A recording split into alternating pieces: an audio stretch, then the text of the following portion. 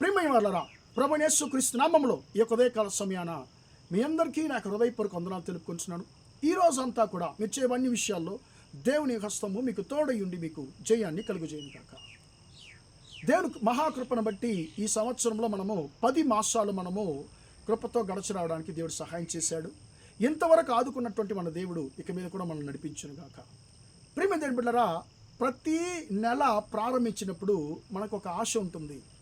ఈ నెలలో దేవుడు నా జీవితంలో ఎలాంటి క్రియను జరిగించబోతాడు అనేటువంటి ఒక ఆశ ఉంటుందండి. ప్రియమైన దేవుని బిడ్డలారా, అదే ఆశతో ఉన్నటువంటి నిన్ను నన్ను చూసి దేవుడు అంటున్నాడు, ఈ యొక్క 11వ నెల 1వ తారీఖున నేను నీకు తోడై ఉంటాను, నేను నీతో ఉంటానని చెప్పి దేవుడు అంటున్నాడు. న్యాయాధిపతుల గ్రంథము 6వ అధ్యాయం 16వ వచనంలో గిద్యోను అనేటువంటి ఒక వ్యక్తితో కూడా దేవుడు ఈ మాట అంటున్నాడు, నేను నీకు తోడై ఉంటానయ్యా అంటున్నాడు. ప్రియమైన దేవుని బిడ్డలారా, ఈ గిద్యోను ఎవరని మనం గమనించినట్లయితే ఇశ్రాయేలీలు యెహోషువ అంటే మోషే యెహోషువ ద్వారా వారు ఐగుప్తు దేశం నుండి విడిపించబడి వారికి వాగ్దానం చేయబడిన కనాను దేశానికి వస్తున్నారు. తర్వాత ప్రియుల 400 సంవత్సరాల వరకు వారికి రాజులు లేరు, న్యాయాధిపతులే ఆ దేశాన్ని ఏలుబడి చేశారు. ప్రతిసారి వీరు దేవునికి విరోధంగా క్రియ చేస్తారు, దేవుడు వారిని అన్యులకు అప్పగిస్తాడు. అప్పుడు మళ్ళీ దేవుడికి మొరపెట్టినప్పుడు ఒక న్యాయాధిపతి వచ్చి వాళ్ళని రక్షిస్తారు. ఇప్పుడు అలానే ఈ యొక్క గిద్యోను కాలంలో జరుగుతుంది. ఇశ్రాయేలుని మిదియానీయులు అనేటువంటి అన్యులు ఏలుబడి చేస్తున్నారు. వీళ్ళు ఏం చేస్తారంటే, వీరు బాగా పొలంలో వారు పంటను వేసి ఆ పంట బాగా పెరిగి అది కోతకు సిద్ధంగా ఉన్న సమయంలో ఈ శత్రువులు వచ్చి ఆ పంటను ఆ యొక్క ఆశీర్వాదాన్ని దొంగిలించుకెళ్తారు. ఆ ఆశీర్వాదాన్ని బలాత్కారంగా ఆ ధాన్యాలను తీసేసుకుంటారు. కొన్నిసార్లు ఆ ధాన్యాలంతా కూడా వారు నాశనం చేస్తారు. ప్రియమైన దేవుని బిడ్డలారా, ఇప్పుడు గిద్యోనుకి ఆ ఇశ్రాయేలులకి ఒక బాధ అంగలార్పు ఉంది. ఈ శత్రువుల నుండి మా ఆశీర్వాదాలను దొంగలిస్తున్నటువంటి, మా ఆశీర్వాదాలు బలాత్కారంగా మా దగ్గర నుంచి తీసేసుకుంటున్నటువంటి, మా ఆశీర్వాదాన్ని పాడు చేస్తున్నటువంటి ఈ మిద్యానీయుల వద్ద నుండి మమ్మల్ని ఎవరు విడిపిస్తారు అనేటువంటి బాధ అంగలార్పు ఆ రోజులో ఇశ్రాయేలుకు ఉన్నదండి. ప్రియమైన దేవుని బిడ్డలారా, ఇదే అంగలార్పు గిద్యోనుకు కూడా ఉన్నది. కాబట్టి ఇప్పుడు గిద్యోనుతో ఆయన అంటున్నాడు, గిద్యోను అంటే అర్థం ఏంటండి? గిద్యోను అంటే యుద్ధము చేయువాడు, యుద్ధశూరుడు అని అర్థం అండి. కాబట్టి ప్రియమైన దేవుని బిడ్డలారా, దేవుడు ఈయనతో అంటున్నాడు, అయ్యా నీకు దేవుడు తోడై ఉన్నాడు నీకు అంటే, ఈయన అంటున్నాడు, అయ్యా నిజంగా మాకు దేవుడు మాకు తోడై ఉంటే మాకెందుకు ఈ బాధలు, ఎందుకు కష్టాలు రావాలని అంటున్నాడు. ఇప్పుడు ప్రియమైన దేవుని బిడ్డలారా, మళ్ళీ దేవుడు ఆయనతో అంటున్నాడు, అయ్యా నీకున్నటువంటి ఈ బలముతో వెళ్ళు, నీ ద్వారానే నేను ఇశ్రాయేలుకి రక్షణ కలుగజేయబోతున్నాను అంటున్నాడు. అప్పుడే దేవుని దూత అంటుంది, నేను నీకు తోడై ఉంటాను. దేవుడు అంటున్నాడు, నేను నీకు తోడై ఉంటాను. ఒక్క మనిషిని నువ్వు హతము చేయునట్లు మిద్యానీయులందరూ నువ్వు ఒక్కడే హతం చేయబోతున్నావు. ప్రియమైన దేవుని బిడ్డలారా, ఇక్కడ మిద్యానీయులు మాత్రం కాదు, ఇంకా చాలామంది అన్యులు ఇశ్రాయేలుకి శత్రువులుగా ఉన్నారండి. వారిని హతం చేయడానికి వీరికి బలం సరిపోదు.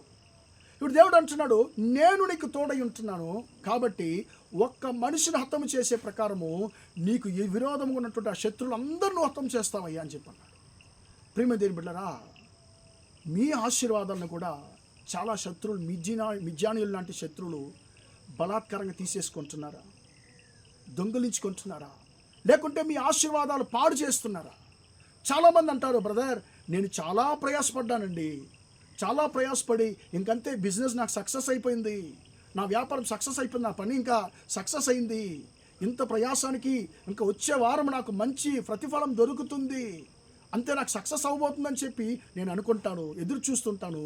చేతికి దొరికింది నోటికి దొరకలేదు అన్నట్లు ఎక్కడి నుండో ఎవరో ఒకరు వస్తారండి, మొత్తాన్ని బలాత్కారంగా తీసేసుకొని వెళ్ళిపోతారు. ఎక్కడి నుండో ఎవరో ఒకరు వస్తారండి, ఆ ఆశీర్వాదాలంతా కూడా పాడు చేసి వెళ్ళిపోతారు. ఎక్కడి నుండో ఒకరు వస్తారండి, వాళ్ళన్నింటినీ దొంగలించుకెళ్ళిపోతాడు. ఇలానే నా జీవితము అపజయములో, మోసంలో కొనసాగుతుంది బ్రదర్. ఇదే నా పరిస్థితి అని చెప్పి సొమ్మసిల్లిపోయినావమ్మ దేవుని బిడ్డ. ఈ ఉదయకాల సమయాన ఈ 11వ నెల 1వ తారీఖున దేవుడు నీతో మాట్లాడుతున్నాడు. ఇంతవరకు అలా జరిగి ఉండొచ్చు, కానీ ఇక మీద అలా జరగదు. ఇక మీద నేను అలా జరగనివ్వను, నిన్ను మోసపోనివ్వను, నీ ఆశీర్వాదాన్ని శత్రు బలాత్కారంగా తీసేసుకోవడానికి నేను అనుమతించను. ఈ ఆశీర్వాదం ఇక దొంగలించబడదు. ఎందుకంటే నీ ద్వారానే నీ శత్రువుని నేను హతము చేయబోతున్నాను. కారణం ఏంటంటే నేను నీకు తోడై ఉండబోతున్నాను. నేను నీకు తోడై ఉండబోతున్నాను. నేను నీతో ఉండబోతున్నాను.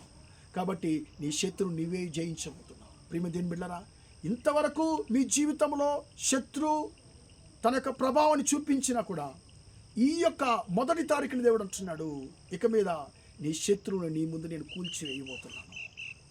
నీ శత్రువు దొంగలు, నీ ఆశీర్వాదం దొంగలిస్తున్నటువంటి, నీ యొక్క ఆశీర్వాదాన్ని పాడు చేస్తున్నటువంటి, నీ ఆశీర్వాదాన్ని బలాత్కారంగా తీసేసుకుంటున్నటువంటి మిద్యానీ లాంటి శత్రువుని నేను నీ ద్వారానే హతము చేయడానికి నేను నీకు తోడై ఉండబోతున్నాను అని చెప్పి ఈ ఉదయకాల సమయాన దేవుడు మనతో మాట్లాడుతున్నాడు. కాబట్టి దేవుని బిడ్డ, ఇంతవరకు నువ్వు ఎదురు చూస్తున్నటువంటి ఆశీర్వాదాలని ఇక దొంగలించబడవు, ఇక నువ్వు పొందుకుంటావని చెప్పి దేవుడు నీకు వాగ్దానం చేస్తున్నాడు.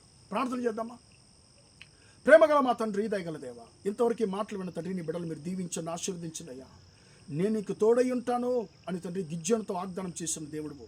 గిద్యోనుకు తోడై ఉండి తండ్రి ఆ మిద్యానీ మీద జయాన్ని కలుగజేసినటువంటి దేవుడు అయ్యా. మీ బిడ్డలకు ఆశీర్వాదం దొంగిలిస్తున్నటువంటి, పాడు చేస్తున్నటువంటి, బలాత్కారం తీసేసుకుంటున్నటువంటి ప్రతి ఒక్క శత్రువుల మీద మీ బిడ్డలకు జయాన్ని కలుగజేయమని ప్రార్థిస్తున్నాను అయ్యా. ఎంతవరకు మోసపోవడమే జీవితము, ఓడిపోవడమే జీవితము అనేటువంటి పరిస్థితులు తండ్రి ఇక కొనసాగకుండా తండ్రి నీ బిడ్డలు జయం పొందుకునేటువంటి, ఆశీర్వాదం పొందుకునేటువంటి రోజులుగా తండ్రి ఈ రోజుల మారునుగా కానీ ప్రార్థిస్తున్నాను తండ్రి. ఈ నెలంతా కూడా మా సహోదర సహోదరి చేసే అన్ని విషయాల్లో మీ హస్తం తోడు వారిని ఆశీర్వదించమని యేసయ్య నామములో ప్రార్థించి అడిగి వేడుకొనిచున్నాను తండ్రి. ఆమేన్, ఆమేన్. ప్రియమైన వారలారా, దేవుడు మిమ్మల్ని దీవించి ఆశీర్వదించును గాక. Praise the lord.